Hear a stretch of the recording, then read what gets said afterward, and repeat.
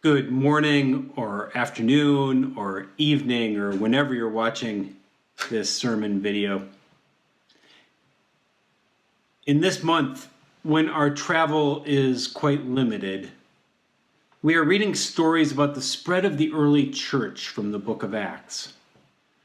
This week, we travel with Paul to Athens. Athens, the most renowned city in ancient Greece, the glory of the ancient world. But to be fair, the peak of its glory was a few centuries earlier than Paul.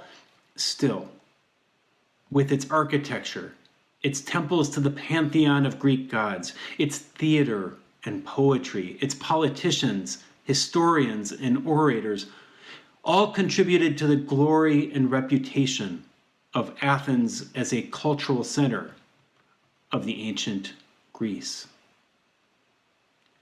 Paul is no ordinary tourist.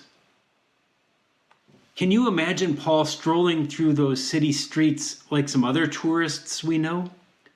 With his Rick Steves guidebook to first century Athens in one hand and a camera in the other, with special khaki travel pants on with interior zipped pockets to protect his passport from those notorious pickpockets. Paul has some time to himself while he waits for his colleague Silas and Timothy to join him.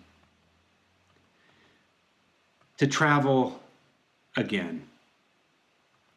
Some of us are feeling a bit cooped up, restless, going more than a little bit stir-crazy. To hear this story and have it get in my imagination makes me long to travel again. To see the sights of a strange city, to smell new foods in the markets, to hear a different language, to marvel at a menu at a cafe, to wake up and see startling beauty outside of a hotel window. Part of why travel is so important for us is that it helps us to learn about our world and to learn about ourselves. As we look at new famous monuments and museums, we might gain a deeper appreciation for being able to return home and see with a broader lens.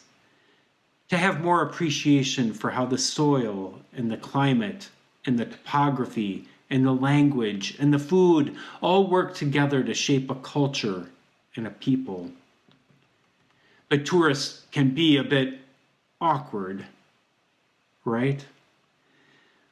We've seen tourists walking around tall buildings with mouths agape, walking right into people walking fast with their heads down, heading to work. Tourists asking a local, "Where's that magnificent cathedral?" And the local having to say, right, the one up on the hill right there.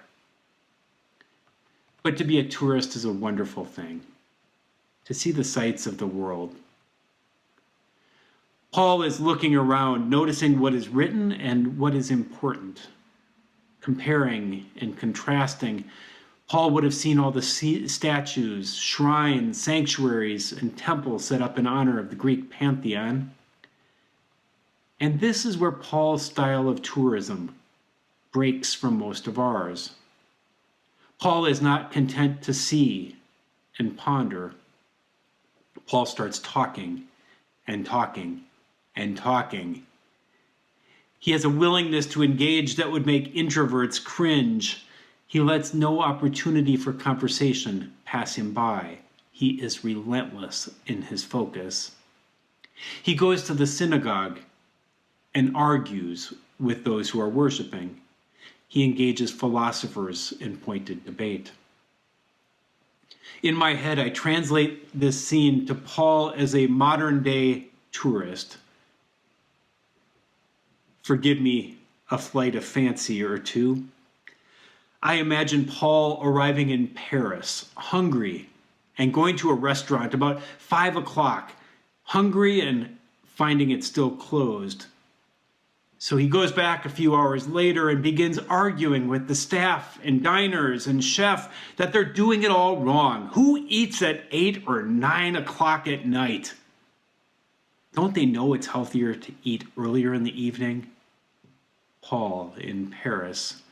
Or I imagine Paul traveling from New York City to St. Paul and asking a local for a recommendation on which one museum to see. I've got just an hour or two, so tell me the best museum I should go to. And the local responds by telling about some of the highlights of the Walker.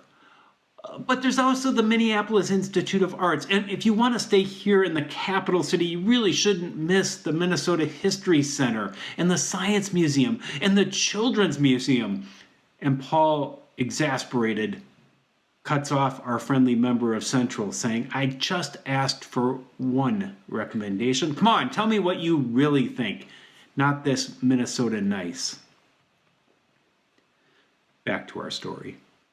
Paul does not let any opportunity go by him to engage and debate and tell those who would listen about the one God who made heaven and earth and who will one day judge the world in righteousness.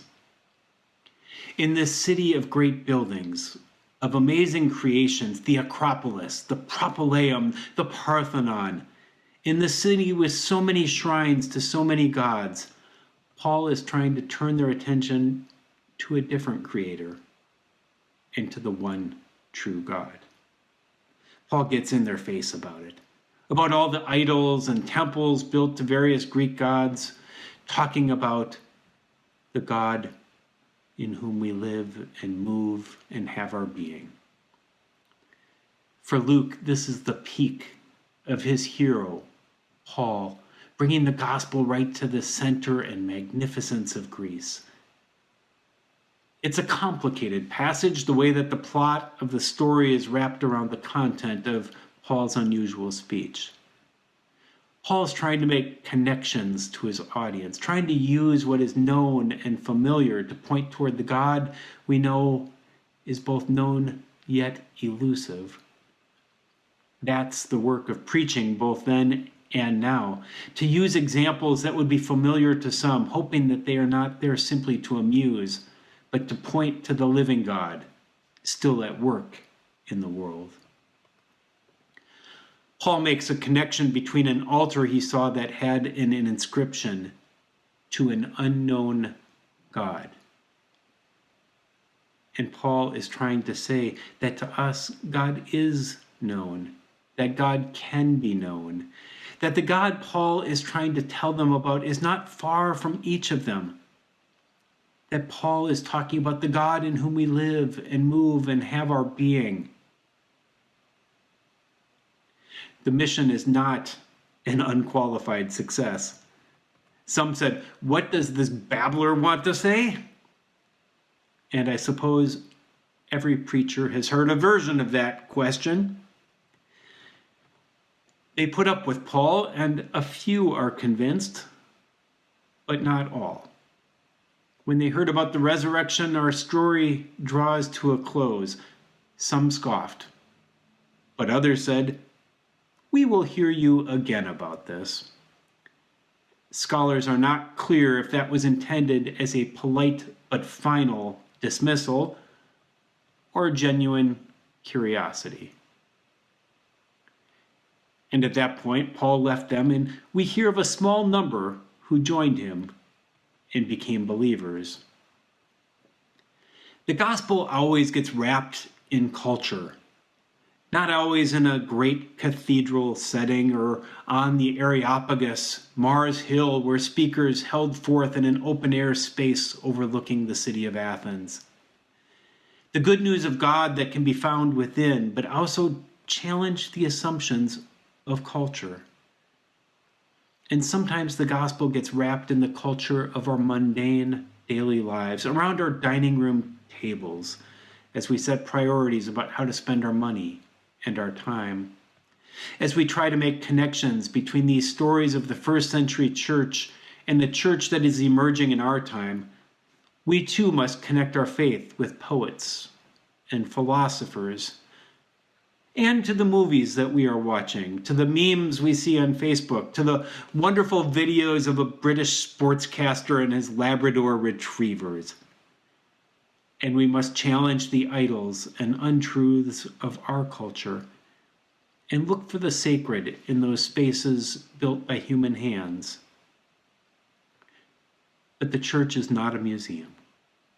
It's not a shrine to the legends of the past. But instead, the church is a living, breathing collection of people trying to live out the good news in our time and in our places. And that church can and will take root and be a force for good. May it be so. As it was in the first century, may the church flourish and be faithful in our time. Amen.